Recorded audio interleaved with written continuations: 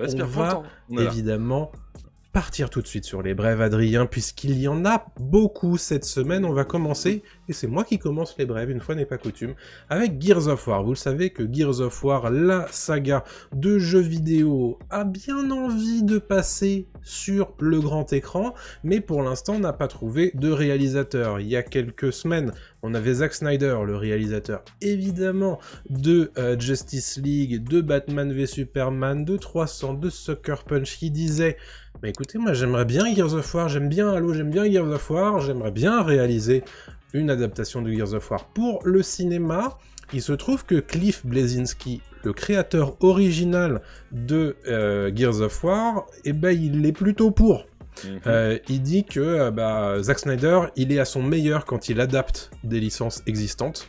Et donc il parle évidemment de 300. Il parle de sa fanbase qui est à fond sur Zack Snyder, et il dit que honnêtement ça serait une super idée de faire en sorte que Gears of War et Zack Snyder se rejoignent. Donc lui en tout cas il donne son aval. Bon, évidemment, est-ce que ça va se réaliser dans le Hollywood prochain ? Ça évidemment c'est tout sauf certain, bien entendu. Je suis très chaud, et rappelons qu'il y a une série animée Gears of War qui est prévue du côté de Netflix. Exactement. Netflix qui bosse vachement avec Zack Snyder. Prochainement, on aura Rebel Moon en 2 parties. Ce sera le film de Noël. En tout cas, la première partie sortira à ce Noël. Et on sait que si Gears of War en dessin animé sort sur Netflix et que Zack Snyder met le nez dans Gears of War, il y a de grandes chances que ça soit produit par Netflix dans quelques années. En tout cas, c'est ma petite pièce que je mets là comme ça. Vous l'aurez entendu ici peut-être pour la première fois.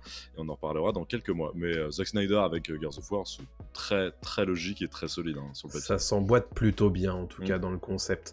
Parlons de Kingdom of the Planet of the Apes. Un trailer est sorti la semaine dernière qui nous a rappelé un petit peu l'existence de ce projet, pour être très honnête. Eh oui, j'avais complètement oublié. Pour moi, en fait, c'était terminé la trilogie, enfin en tout cas la nouvelle trilogie, La Planète des Singes. Et en fait, non, ils nous ont sorti un nouveau film du carton. Alors pourquoi pas, hein. Le trailer est très sympa. Je vais pas le décrire ici, hein, le trailer, mais pour faire très rapide, en gros, dans cette bande-annonce, on voit César, donc le singe de la première trilogie, qui maintenant en fait est devenu un leader total et absolu en fait de la planète Terre. Et on vit dans un monde désormais sans humains, ou très peu. On voit quelques enfants sauvages.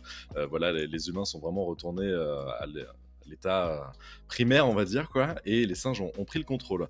Moi, je suis très chaud, finalement, pour ce film-là, qui sort un peu de nulle part. La bande-annonce est plutôt sympa.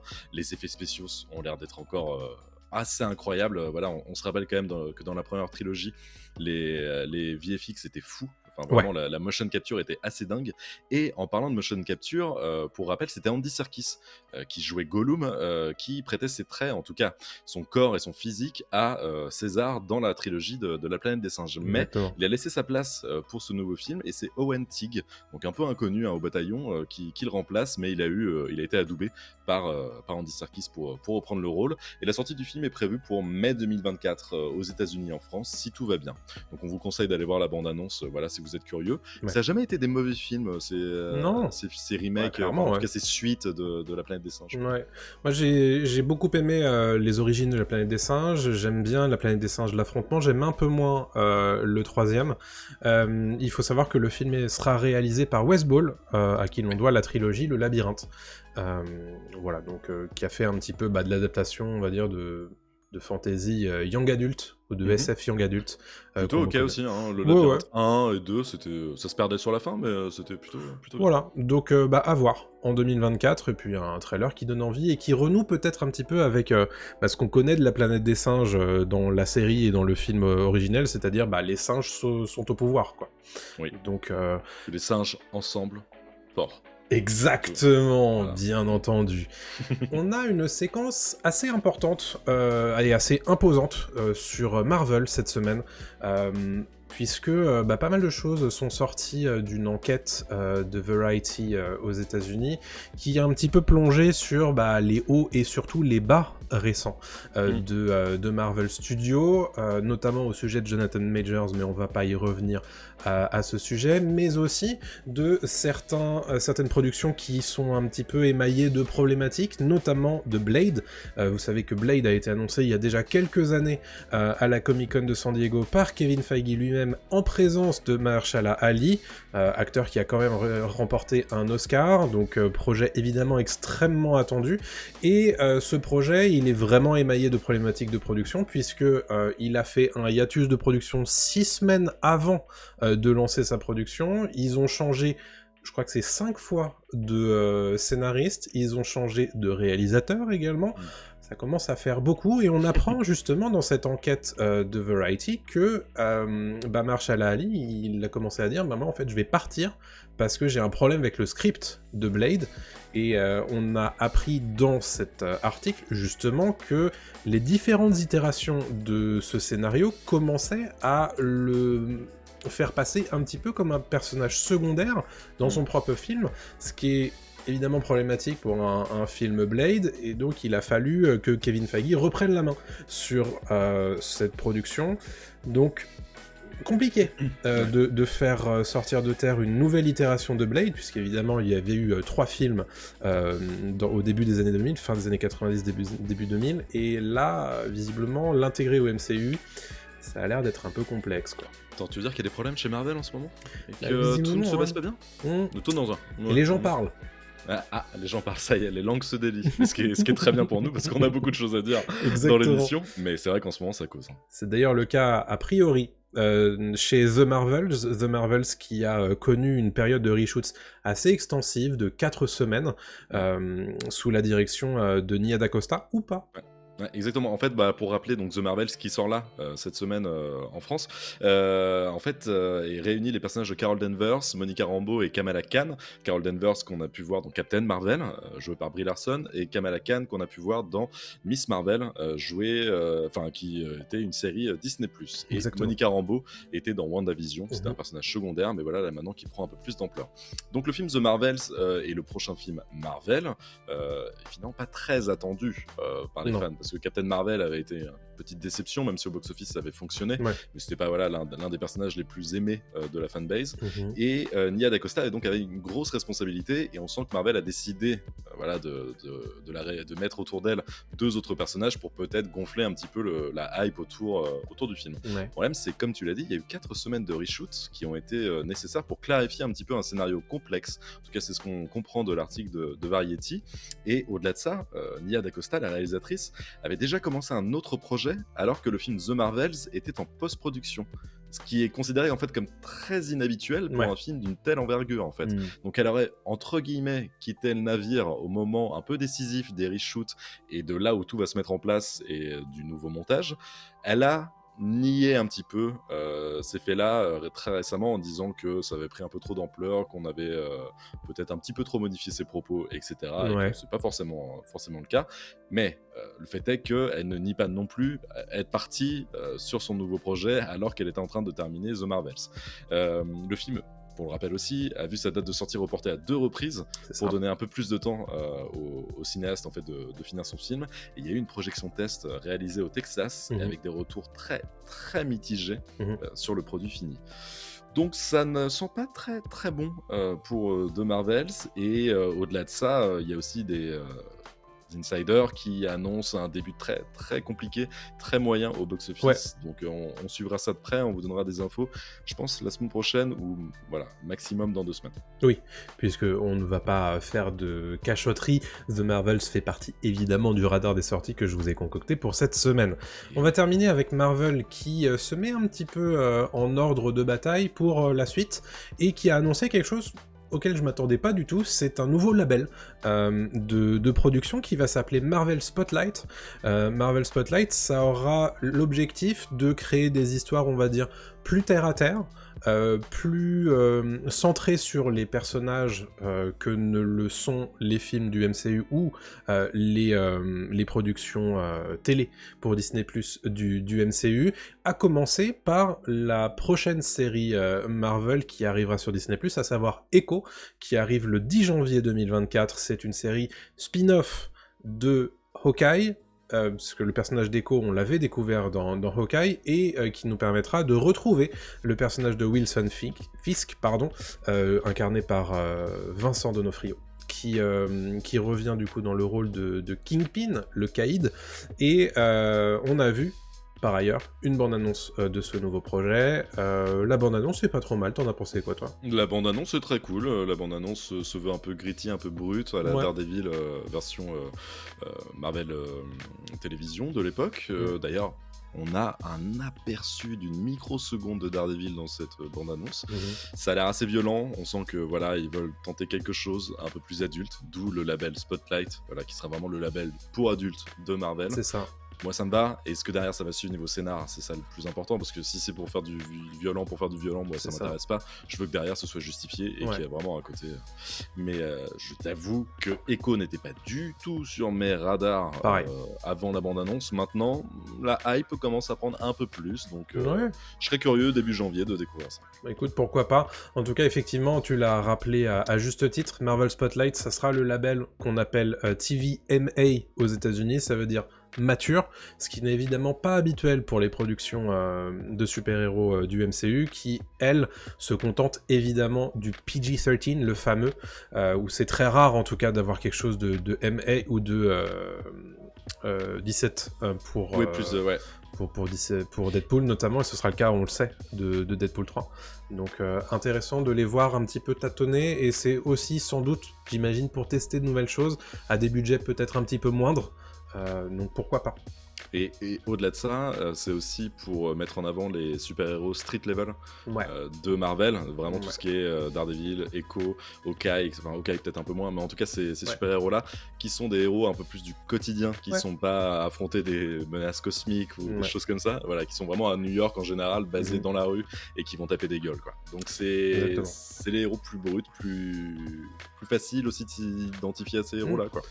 On s'imagine d'ailleurs que Daredevil Born Again va certainement entrer dans ce nouveau label-là, puisque lui aussi, il entre complètement dans ces considérations-là. Exactement. Tu voulais nous parler du projet de clip de Peter Jackson, le dernier clip des Beatles sur Now and Then. Ouais, je trouve ça super. Alors, je sais pas si les gens du chat ou voilà, ou ceux qui nous écoutent en podcast l'ont vu passer ce week-end, mais il y a une nouvelle chanson des Beatles qui est sortie, ce qui est quand même déjà un petit événement en soi, qui s'appelle Now and Then, qui a été composée par John Lennon en 1978 et qui a été terminée là en 2023 par Paul McCartney et Ringo Starr, donc les deux seuls Beatles encore en vie. La chanson en fait a été retravaillée une première fois en 1995, mais était restée inachevée pendant des années et des années. Et c'est grâce à Peter Jackson, le réalisateur du Seigneur des Anneaux, mais surtout d'un incroyable documentaire appelé Get Back, donc qui s'intéresse en fait aux images d'archives de la construction de l'album et de l'enregistrement de l'album Get Back des Beatles. Je vous conseille aussi, il dure assez longtemps, c'est en plusieurs parties, ça dure plusieurs heures, mais c'est des images d'archives inédites, incroyables, retravaillées, niveau image, niveau son, etc. Et c'est Peter Jackson qui a décidé, en fait, grâce à un logiciel qu'il a développé spécifiquement, de retravailler cette chanson-là avec la voix de John Lennon qui a pu être isolée et la chanson complétée. Parce qu'en fait, à l'époque, la voix de John Lennon avait été enregistrée sur une cassette, elle était vraiment, la version était crade, voilà, ça sonnait pas bien du tout. Donc c'est pour ça qu'ils ont eu vachement de mal à faire quelque chose de propre avec cette chanson, mais grâce à l'intelligence artificielle et à l'outil développé par Peter Jackson, on a eu le droit à cette nouvelle chanson et aussi à un clip qui mélange en fait images d'archives et nouvelles images. Donc on voit par exemple Paul McCartney très jeune faire face à Paul McCartney d'aujourd'hui, des images de John Lennon, des images de... C'est un peu triste aussi de George Harrison, un peu plus vieux, plus jeune, etc. On se dit limite que George Harrison est encore là, enfin, c'est assez mais c'est très joli, c'est un très bel hommage, et la chanson, au-delà de ça, est vraiment, vraiment sympa. Enfin, je trouve que c'est une belle balade, parce que c'est dur de se mettre dans l'idée que il y a un nouveau tube des Beatles, c'est compliqué de se dire tiens on va apprécier, et en fait finalement c'est très sympa, c'est le Beatles plus de fin, mais c'est très sympa. C'est assez déconcertant en fait. Oui, pour un l'avoir peu. écouté et l'avoir Ouais, regardé. ouais. T'en as pensé, t'as bien aimé cette chanson, Ouais, cette ouais, j'ai balade? bien aimé. Ouais. J'ai bien Ouais. aimé. Alors moi, je suis plus Beatles de leur phase, on va dire, de la Beatles mania, tu vois. Moi, j'aime beaucoup Ouais. quand ils sont plus rock et etc.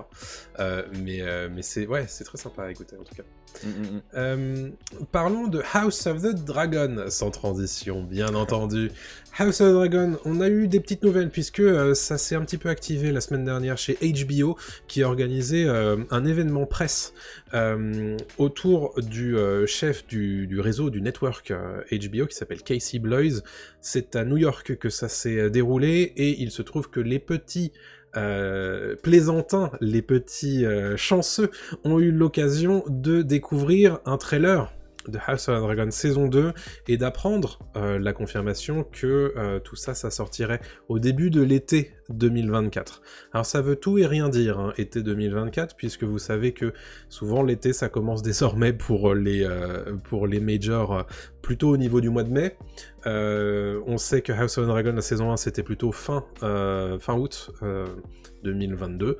Oui. Et donc on imagine vraisemblablement que on peut l'attendre pour les grandes vacances.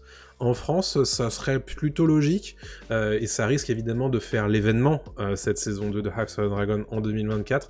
Pour rappel, la saison 2 sera composée uniquement de 8 épisodes et non 10, puisqu'ils ont réduit un petit peu le spectre pour pouvoir balancer un petit peu plus de budget et faire en sorte que ça soit mieux découpé en fonction de l'adaptation de l'histoire pour les suites des saisons. Donc vraiment grosse attente pour 2024, puisque c'est une des seules, on va dire, séries blockbuster qui n'a pas été entravée par les grèves successives de la WGA et de la SAG-AFTRA. Donc c'est aussi pour ça qu'on l'a si tôt. Sinon, elle aurait dû être décalée, tout simplement. Mais c'est étonnant quand même de la sortir l'été. Je suis curieux de voir les chiffres à ce moment-là de diffusion et d'audience, parce que ils pouvaient un peu se faire plaisir, comme tu l'as dit, ils ont un boulevard au niveau de la diffusion. Grave. Et donc une série d'été, elle sera forcément moins regardée techniquement qu'une série qui sort en septembre, qui fait l'événement à la rentrée, quoi. Donc à voir, c'est étonnant comme choix. C'est la grande question que je me pose. Alors, House of Dragons, c'était été, mais c'était surtout rentrée, en vérité, 2022. J'ai souvenir que Game of Thrones, au tout début de sa diffusion, c'était plutôt l'été. C'est vrai, c'était fin... Voilà. Ouais. Et après, ça a été extrêmement erratique sur les diffusions plus tard. Moi, je suis un peu surpris parce que vous savez que House of Dragon, c'est très porté notamment par les créateurs de contenu sur Internet, et que, traditionnellement, les créateurs de contenu sur Internet sont moins actifs, évidemment, l'été, puisqu'il faut bien que les gens partent en vacances. Donc, est-ce que c'est un choix ? Je ne sais pas. Non. Mais en tout cas, voilà, on va voir ce que ça donne, mais évidemment que ça va cartonner, puisque c'est House of Dragon, et qu'en 2024, les blockbusters, on va les attendre un petit peu quand même. Donc voilà, pas de vacances pour les braves.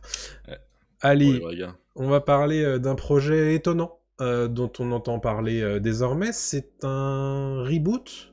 Un remake, on sait pas trop. Étonnant, je suis pas si d'accord non plus, parce qu'en ce moment il y a que des reboots et des remakes partout. Et donc là, on a l'annonce d'un reboot de Prison Break, la série culte des années 2000. C'est Deadline qui nous rapporte cette info-là, et c'est Hulu, la plateforme de diffusion américaine, qui va d'ailleurs être achetée totalement par Disney, je place ça au passage, qui diffusera ce reboot-remake d'ici quelques temps. On n'a pas de date de sortie encore, mais on sait que c'est Elgin James, le co-créateur de Mayans MC, donc le spin-off de Sons of Anarchy, qui s'occupera de chapeauter ce reboot-remake de Prison Break. Malheureusement pour les fans, en fait, cette nouvelle partie se déroulera certes dans l'univers de Prison Break, mais n'impliquera aucun des personnages principaux de la série précédente qu'on a connu, à savoir comment Michael Scofield, Lincoln Burrows, etc. Donc ne vous attendez pas à voir Wentworth Miller de retour pour faire un braquage, enfin pas un braquage, mais sortir de prison. Et un braquage aussi, parce qu'il faisait des braquages dans cette série aussi. Donc voilà. Donc news sympathique, mais un peu classique. On a l'impression qu'il reboot tout de tous les côtés en ce moment à Hollywood. Et il n'y a plus trop d'idées, quoi. T'en penses quoi, toi, personnellement ? Est-ce que tu penses que c'est un projet qui sent un peu mauvais, ou est-ce que t'es un peu curieux quand même ? Oh, je serais curieux parce que j'avais à l'époque adoré la 1 et la 2. Je trouve que la série aurait été, je pense, aurait marqué son temps et son époque si elle s'était arrêtée juste après la 2. Ça aurait été juste incroyable, un peu folle.